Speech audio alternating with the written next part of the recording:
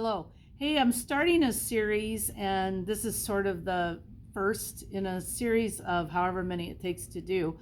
I have, through this past year of 2022, offered a class to small groups. One class was even just one individual.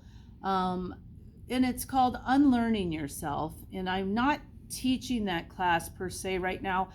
What I would like to do is share some of that information with whoever might be interested in that. And so if you start in on this video and you think, well, this is a bunch of BS, that's fine. I don't need any feedback in a negative way. This is strictly to benefit whoever this might benefit.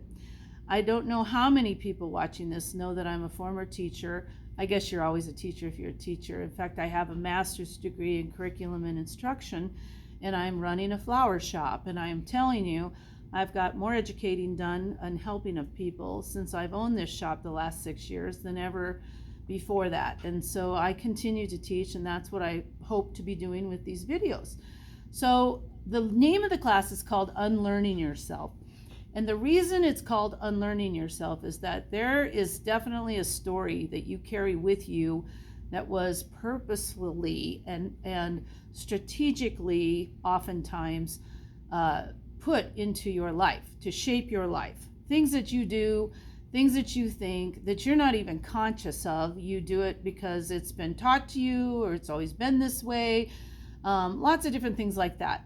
So this is just a way to sort of look at that and decide as we go forward into what I think is going to become a very quickly changing, oftentimes scary world ahead of us, to maybe give you a little more sense of letting go of fear and the importance of letting go of fear and how that shapes you as an individual. So we're going to start out with the very basic essence of who and what you are and why.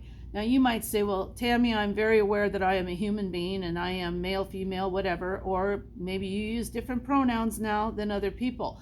And that doesn't matter because you are who you are for a reason. And until you know that reason and until you dissect that and take layers away, you really don't know yourself. So let's dive in. One of the things I did when I taught children was I knew through research that the fluorescent lighting in schools is absolutely the worst lighting you can learn under. It's an inexpensive form of lighting, and that's why it's always been used. Most of education is not about truly teaching people. It's about warehousing people, teaching them how to fit in and how to follow society's codes and rules. And that's a whole nother story for another day, and it will be included in this. But one of the things I found as a good teacher was that children could not read when they came to me when I taught 3rd grade and 4th grade. And I kept thinking, I know this child can read, but they seem to be struggling. And I know I struggled as a learner. I couldn't see things, and I am dyslexic. I transpose, I turn things around, especially numbers. And so I thought, I'm going to do some research on this on my own and find out why I'm seeing this in my classroom. Well, fluorescent lighting keeps a lot of children from seeing what's on a page. Now that sounds crazy to you. They see something, but they don't see it the way you see it oftentimes. So one of the things I did, if I had a struggling learner, and I really felt this was a visual thing, I thought I have to know them as an individual. So I came up with an assessment to start figuring out how to help them in the classroom, just with the mechanics of the lighting first. So what I did, and I'm going to have Edry come over this folder, and you can see this is just a folder I got last year with flyers for Mother's Day. So you can see the different fonts here. This is black with the green stem and the red squiggles for the Bill Doran Company, and you can see how they have a B, a D, and a C. You might not have seen that until I pointed that out. And then Mother's Day is in a purple. You can see it's outlined. A lot of you might experiment with computers and do this kind of thing on your own. Okay, we have some floral down here, and we have a green square here with my accent floral information. So what happens is under light, we see different things. Different eyes see different things. The rods and cones in your eyes can change at the back of your head, the back of the eyeball, and see things differently. So what we would do is I would say, we're going to look at these words and see what shows up best for you. So for me, this darkens everything, but for another person, it might not. It might make, oh, I can see it clearer now. It's a lot like an eye exam. And then I would switch out and say, can you see the print and everything clear with this one or this one?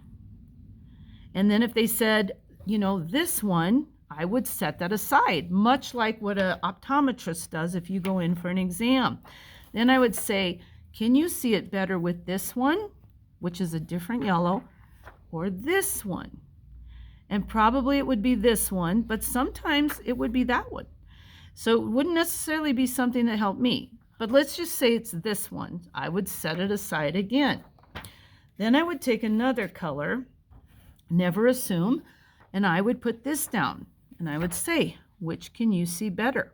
This one or this one? Now for me, it's this one. So I'm just going to stick with this one for an example. I knew then I could excuse my other colors, go to the folder, you're done.